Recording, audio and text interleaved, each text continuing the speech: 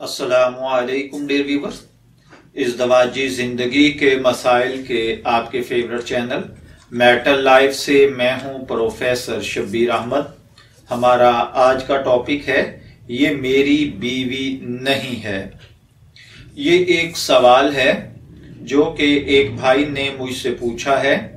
वो कहते हैं कि एक दिन उनका अपनी बीवी से झगड़ा हो गया तो उन्होंने लोगों के सामने गुस्से में ये कह दिया कि ये मेरी बीवी नहीं है, मैं आज के बाद इसे अपनी बीवी तस्लीम नहीं करता।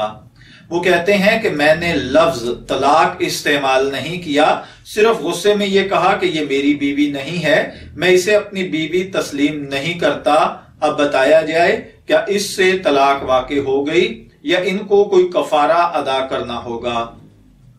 देखिए मेरे भाई, ये तलाक की एक किस्म तलाक़े किनाया के अल्फाज हैं।